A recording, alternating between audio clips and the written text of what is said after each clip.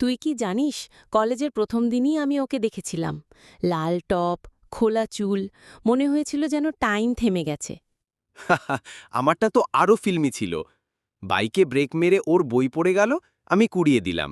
চোখে চোখ আর প্রেম। সিরিয়াসলি? তোর লাইফ তো সরাসরি বলিউড। আমার তো 1 বছর লেগে গেল শুধু হাই বলতে। আরে তুই তো সিরিয়াস টাইপ। আমি তো ওকে কফিতে ইনভাইট করেই সরাসরি বলেছিলাম তোমাকে ভালো লাগে। ওই, এত সাহস আমার থাকলে হয়তো আমার গল্পটাও অন্যরকম হতো। তারপর কি হলো? তোদের কি প্রেম শুরু হয়েছিল? হ্যাঁ, ধীরে ধীরে কথা শুরু হলো। পড়াশোনায় সাহায্য, ক্যান্টিনে লুচি খাওয়া। একদিন ও বলল, তুই না আমার সবচেয়ে কাছের বন্ধু। আমি তখনও বুঝি নাই, সেটাই ছিল ফ্রেন্ড জোন।